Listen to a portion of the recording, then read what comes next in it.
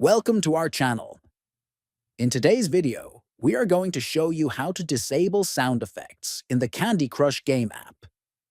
If you enjoy playing Candy Crush but want to play without the distracting sounds, this guide will help you turn off the sound effects quickly and easily.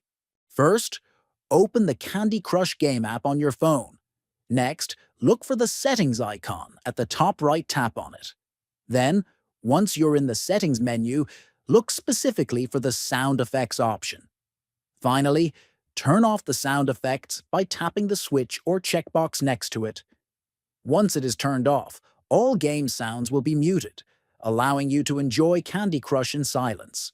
You can always come back to the settings if you want to turn the sounds back on later. If you found this video helpful, make sure to subscribe to our channel, like the video, and share it with your friends.